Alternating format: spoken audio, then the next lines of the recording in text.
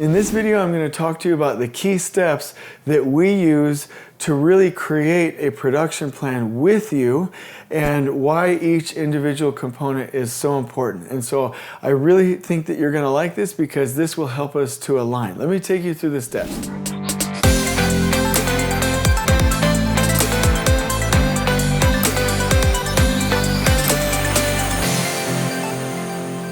Number one, we really want to understand the project. And so we're going to be asking you for your current schedule, your current, let's say logistics or zone maps, any information that you have contractually, like is there any information that you have from your Division 1 specs or from the prime agreement that deal with scheduling and production planning.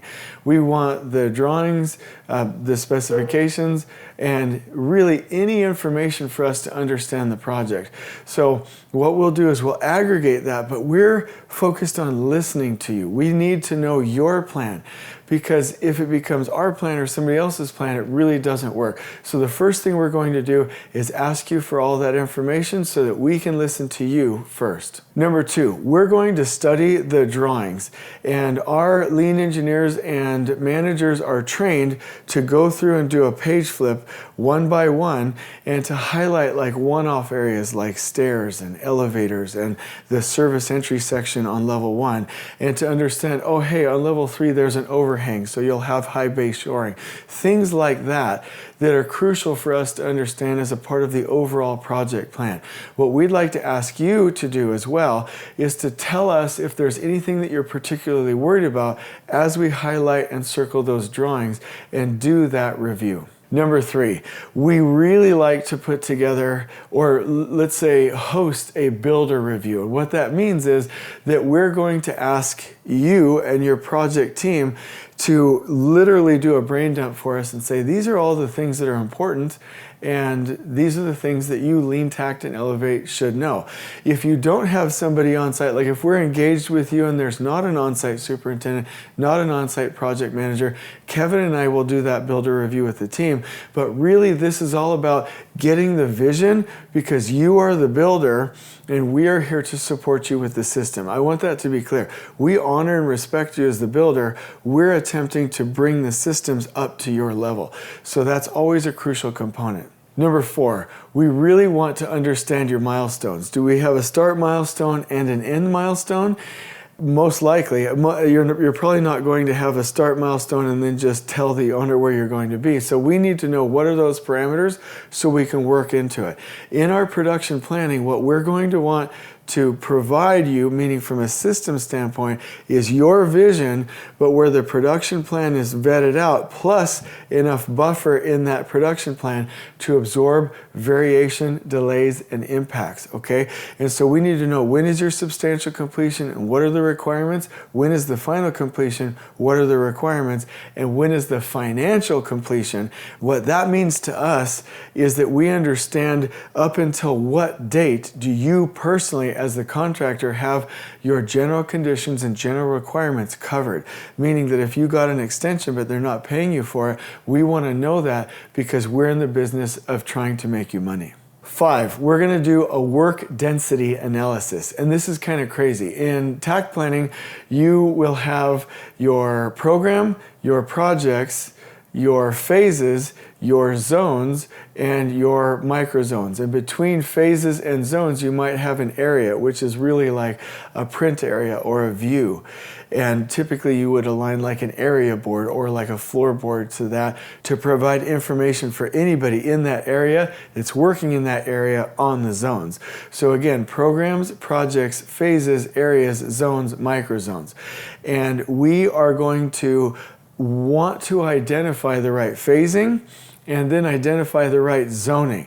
But here's the thing, we never, and actually when I say never, I don't want to be too off-putting. In order to support you, we can't identify zones by equal square foot or equal square meters. We can't do it by area. We have to do it by density. So people during takt planning, they think, oh, well, takt planning only works for, multifamily or repetitive buildings. That's not true.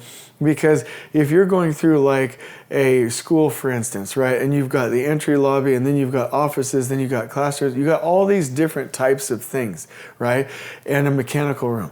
Well, you can move trades through those areas well, because there's always the same processes, maybe not the same material types, but the same processes, meaning every area has ceilings, every area has MEP, every area has walls, every area has floors, every area has finishes.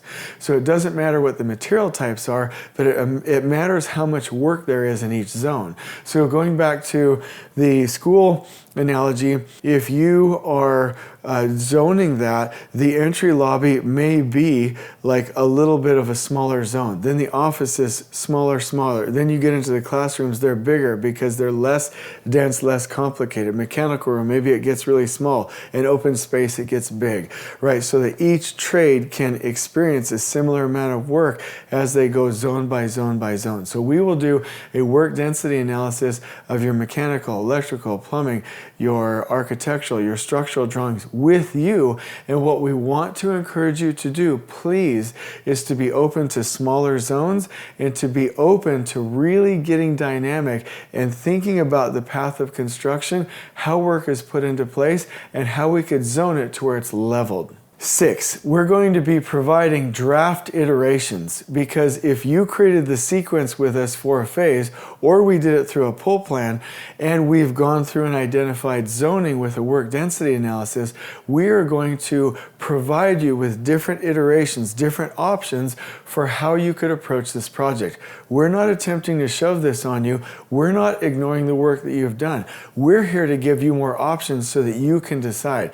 And as long as we're within the parameters of maintaining trade flow, giving you buffers, and making sure that we're accomplishing the overall goal of the production system, then we're good. And we'd like to invite you to educate us and to select an option as we go through these different permutations. The next thing I want to talk to you about is pull plans. Pull plans are absolutely crucial, and I would say it's probably a non-negotiable with us, because if you don't have a good pull plan, then everything else after that will fail. So we will do a pre-pull plan.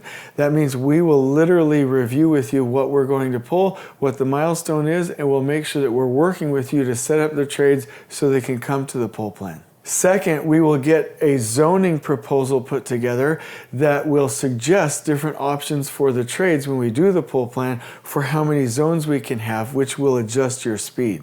That will be done on what's called the takt calculator that Kevin Rice created, that we use all the time to identify, hey, how many wagons do we have, how many zones, and what is our takt time, and how does that affect your overall project and the project from a trade partner standpoint, so everybody can make the most money. And then we will create the pull plan with the trade partners. That means that we will either run it for you, or you can run it, but we have a very specific way that we need to run it. And that is that we must have the right sequence to the right milestone, but we have to make sure that we're pulling by zone, and then we're going to do a stacking comparison and make sure that we really meet that end date, that we're gaining on time, and that we have good diagonal trade flow for our trade partners. Once we have the pull plan in place and we know the sequence and that's cascaded, that can all come into the actual overall production plan with buffers according to a risk analysis. And then once we have that, meaning that everything's put together, we have our start and our end milestone, we have the network put together, we have the right zones, we have the zones leveled, we have the right sequences, we have the sequences leveled, and it's all put together with buffers and beautifully formatted. The next thing that we need to do is align procurement. And procurement, unfortunately, is a non-negotiable. We have to make sure that our production plan for the site, for the trades, is aligned with the production plan for the actual supply chains themselves, and they have to merge together beautifully. So maintaining a procurement log or putting the actual procurement durations on the actual production plan are key. The other thing that we'll do is we'll put milestones to trigger future pull plans, and we will put milestones on your production plan for your pre-construction meetings 3 weeks before every wagon.